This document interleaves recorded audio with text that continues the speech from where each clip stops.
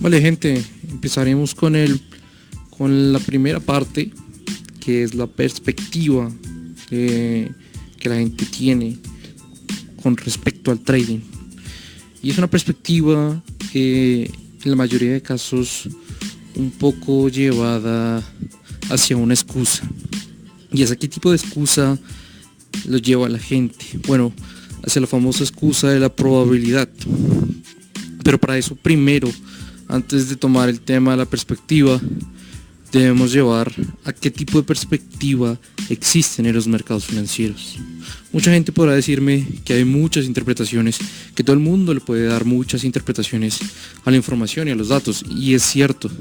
Sin embargo, estas interpretaciones se dividen mayoritariamente en dos grupos, y estos grupos son los traders sistemáticos y los traders discrecionales. ¿Y en qué reside la diferencia de una perspectiva de la otra? Mientras unos se basan en datos numéricos, en estadística, en probabilidades, los otros se basan más en la interpretación, o podríamos llamarlo en la lectura del mercado. Entonces, viéndolo desde estos dos puntos de vista, vamos a ver cuál es la perspectiva general de la gente que comienza en el trading. A la mayoría se nos dice que el trading o la bolsa, sin importar qué mercado sea, ya sea forex, futuros o acciones, se le trata como un casino. E incluso he llegado a ver videos de gente súper experta, entre comillas, diciendo que la bolsa es un casino. Nada más erróneo desde mi punto de vista. ¿Y por qué no debería tratarse el trading como un casino? Simplemente por el hecho de que esto es una profesión. Desde mi punto de vista, el mercado debe tener una lógica, una explicación, y no se deben dejar las cosas al azar. Entiéndese la diferencia entre azar y probabilidades. Cuando vamos a un casino, la mayoría de cosas que nos encontramos va a ser estos juegos donde ningún análisis que nosotros hagamos tendrá un efecto positivo en el resultado. Es decir, apostar al 13 rojo o al 15 negro no nos va a dar ninguna probabilidad positiva hacia nuestro favor. Mientras que en la bolsa, un buen análisis nos puede dar probabilidades mayores al 50%. Ahora, para llegar a tomar cambiar esta perspectiva y ver el trading como una profesión, como algo mucho más serio, como debería tomarse, más que una probabilidad, primero debemos, ya después de tratar la diferenciación entre sistemáticos y discrecionales, yo siendo discrecional, para mí lo es todo la lectura del mercado. Entonces, mi perspectiva debe ser en base a hechos, debe ser en base a lo que esté haciendo el precio y cómo yo me puedo adaptar a esa perspectiva. Entonces, de esa manera, busco ajustar mi perspectiva con lo que el mercado esté haciendo.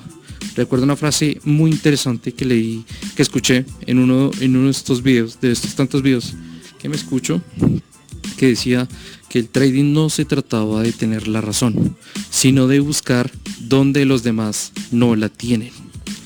Y efectivamente es eso. Cuando tú compras, pongamos un ejemplo, cuando tú compras a 6 y esperas vender a 10, no es que tú compres a 6 y luego tu amigo compre a 7 y luego otra persona compre a 8 y luego otra persona compra a 9 y finalmente tú lo vendas a 10. No. Significa que cuando tú compras a 6 y esperas venderlo a 10, esperas que un montón de gente esté vendiendo a 5, a 7, a 8, a 9 y finalmente a 10. Es decir, cada vez que compramos, nosotros nos volvemos vendedores. Y cada vez que vendemos, nosotros nos volvemos compradores. Si se entiende bien esta frase y si hace una buena reflexión, uno podrá hacer mejores análisis a la hora de ejecutar la estrategia o la metodología que uno tenga. Entonces me parece eso importante a la hora de cuestionarse en qué lugar vamos a entrar y por qué vamos a entrar ahí. No simplemente el hecho de decir entramos por probabilidad o entramos porque tengo una base estadística. El problema de esto que yo veo cuando se usa esa famosa frase de yo entro porque es la probabilidad la que me dice que entre, es que no tenemos los hechos, no tenemos la información necesaria para interpretar los datos que se nos están dando. Pero ante todo esto tendría que desviarme entonces y cambiar mi plan de solo 3 pasos y extenderlo un poco más, porque siempre se me extiende un poco más, y hablar sobre los tiempos del mercado. ¿Y qué significan los tiempos del mercado? Bueno, este es otro tema que también quisiera hablar, y se trata de qué tan rápida es la información que tú recibes. Y para eso vamos a hablar un poquito acerca de lo que es los datos, ¿vale? ¿De dónde vienen los datos? Vendrán de la CME, que luego irán a tu broker, y esos datos pues se recibirán en datos, luego serán interpretados a gráficos, cualquier gráfico que tú quieras, gráficos de ticks, gráficos de barras, gráficos Renko, lo que tú quieras. Y después de esos gráficos, al ser interpretados, se volverán a interpretar en indicadores. Y si tú haces un análisis bajo indicadores, prácticamente que estarás teniendo la interpretación de la interpretación. Casi 2 interpretaciones anteriores a la tuya. Y tú estarías dándole una tercera interpretación a los datos interpretados.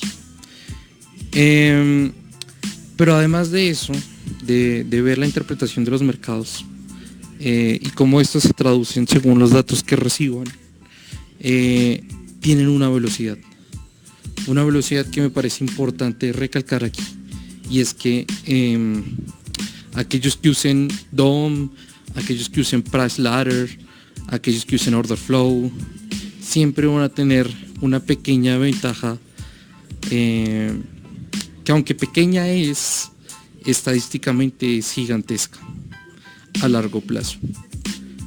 ¿Y qué ventaja tienen estas personas? Que ellos son los primeros en recibir los datos, porque justamente el Price Ladder es básicamente un DOM mejorado, y para aquellos que no sepan qué es un DOM, es donde se muestran los datos con las órdenes pendientes, con las órdenes límites. Y el Order Flow es el ploteo de los DOMs, básicamente. Pero a lo que quiero llegar es, primero llega esa información al Price Ladder, al DOM y al Order Flow. Después de eso se va a los gráficos y finalmente se va a los indicadores. Entonces, algunos dirán, ¿en qué me puede afectar la velocidad de la información que recibo? Pues simple, cuando la gente se está saliendo, y hablo de la gente que en realidad hace bolsa, no de nosotros que estamos aquí. A lo mucho alguien tendrá unos 30 contratos y se sentirá grande, pero realmente no es así. Sino la gente que realmente está dentro de los mercados haciendo bolsa con muchos contratos, se quiere salir de la posición en la que entró. Cuando se salga, los datos van a llegar primero al DOM, al Order Flow, al Price Ladder. Después van a llegar a la famosa acción del precio y finalmente van a llegar a los indicadores. Tal vez carezca de importancia saber eso, pero créanme que en la aplicación, cuando uno ve que estas manos grandes o institucionales, como les llaman, quieren salirse de la posición en donde se encuentran, y uno puede llegar a salirse, no al mismo tiempo que ellos, pero sí un poquito después, uno puede evitarse dejar muchos ticks en la mesa. Bien, teniendo ese tema claro, quiero pasar ahora al segundo tema, que también me parece interesante, que es el tema de los stops. Y aquí también vamos a tocar un poco el tema algorítmico versus discrecional. Vale, ¿cuál es el tema de los stops? ¿Qué significa un stop realmente? Para muchos, y para mí también lo es la famosa gestión de riesgo. Nosotros no podemos controlar cuánto vamos a ganar, al menos yo no. Pero lo que sí podemos controlar es cuánto vamos a perder, que sería nuestro stop. Bien, teniendo eso en cuenta y llevándolo primero al tema sistemático, cuando se les pregunta qué es un stop, para ellos utilizarán esta definición y la mayoría usa esta definición. Pero hay una definición extra para el tema de los discrecionales, que veo que son la mayoría, si es que no somos todos los de habla hispana. Habrá muy pocos sistemáticos. Y el stop tiene un significado extra, y ese significado extra es saber hasta dónde la lectura que yo le doy al precio no será la correcta. Entonces, ¿qué significa esto en el tema de la discrecionalidad? Que a nosotros sí nos importa el punto en el que entremos. ¿Cómo así? Bien, pues los sistemáticos realmente no es que busquen un punto exacto donde entrar, sino un punto estadístico y demostrado en probabilidades anuales que les diga, sí, mira, si tú entras en este punto vas a ganar un 7 o un 8% de tu capital anualmente. Pero no te dicen en qué punto, o sea, valga la redundancia, no te dicen en qué punto según la lectura del precio. A ellos no les interesa la lectura del precio, sino las probabilidades que tiene ese punto. Entonces, para un discrecional creo que debe ser importante el punto en el que entra en el mercado. ¿Y por qué? Porque entre más se conozca al precio, más uno tendrá un menor riesgo. He visto lo máximo que he visto en reducciones de stop, son 3 ticks, y para los de Forex igual 3 pips de stop. Eso conociendo muy bien el precio. Pero ¿por qué usar un stop de 3 ticks? Porque ellos saben y reconocen la lectura del precio. Entonces entrarán en puntos muy exactos, muy precisos, si se puede decir así, donde el mercado tiene una probabilidad alta de continuar la tendencia. Entonces no usan stops tan grandes como se creyese. ¿Quiénes son los que usan stops grandes? Pues obviamente los que no les interesa la lectura, o los que no saben en qué punto están entrando, que este error lo cometen muchos discrecionales. No saben en dónde están entrando, no saben por qué están entrando, entonces necesitan un stop muy grande que les pueda soportar los retrocesos del precio, porque es posible que entren justo en la punta, en el caso de un breakout. Puede que la persona que esté haciendo breakouts entre en el rompimiento de una estructura, pero sea una estructura falsa y su stop tenga que soportar el retroceso del precio. Entonces, ¿por qué es tan importante el stop como segunda definición de saber qué lectura le estamos dando al precio? Porque esto va a reducir, y esto se linkea automáticamente con el tercer paso, que es la famosa psicología. Con un stop tan reducido, teniendo la experiencia de la lectura, teniendo un stop reducido, no nos va a afectar en lo absoluto de la parte psicológica. ¿No han notado que la mayoría de personas que tienen más problemas, entre comillas, de psicología del trading, son las personas que usan un stop muy grande? ¿Y por qué es esto? Porque claro, están dando un stop, no saben en qué parte están entrando. Ese es un un paso, no saben en qué parte están entrando. Segundo, tienen un stop demasiado grande, por lo cual dejan que el precio se vaya muchos ticks o muchos pips en su contra. Y ahí empiezan a jugar las emociones, no sabes qué está sucediendo, no sabes qué está haciendo el precio, sube 3 ticks, baja 4, sube 5 ticks, baja 6, tú dices, ¿qué está haciendo el mercado? ¿Será que me salgo? ¿No me salgo? ¿Está recuperando el mercado o me está quitando el dinero?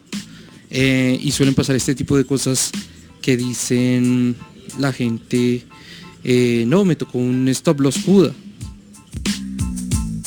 Me perdí un poco, qué pena. Sí, la parte de los stops es importante. El saber qué está haciendo el precio es importante. El saber cuáles son los hechos que hace el precio. No las interpretaciones, no las probabilidades, no las... Eso tiene otra frase que en este momento se me va. Bueno, no las adivinaciones, si así le podemos llamar, del precio, especulaciones, qué pena, no las especulaciones. Yo creo, de pronto, tal vez el precio suba, tal vez existe una probabilidad de que llegue a esta zona y la respete, pero ¿cómo lo sabes? ¿Qué información te está dando el precio? ¿Una línea? ¿2 rayitas te están dando información? ¿Un canal? ¿Esa es toda la información que tienes sobre el precio? Yo te puedo decir de primera mano que el precio da mucha más información, da mucho más datos, que recuerden, hay muchos más datos que son interpretados primero por una gráfica y luego por un indicador y luego tú los vas a interpretar otra vez. Pero si tú te fueses a los datos, a la información primaria que tiene el precio, entonces la única interpretación que habría sería la tuya.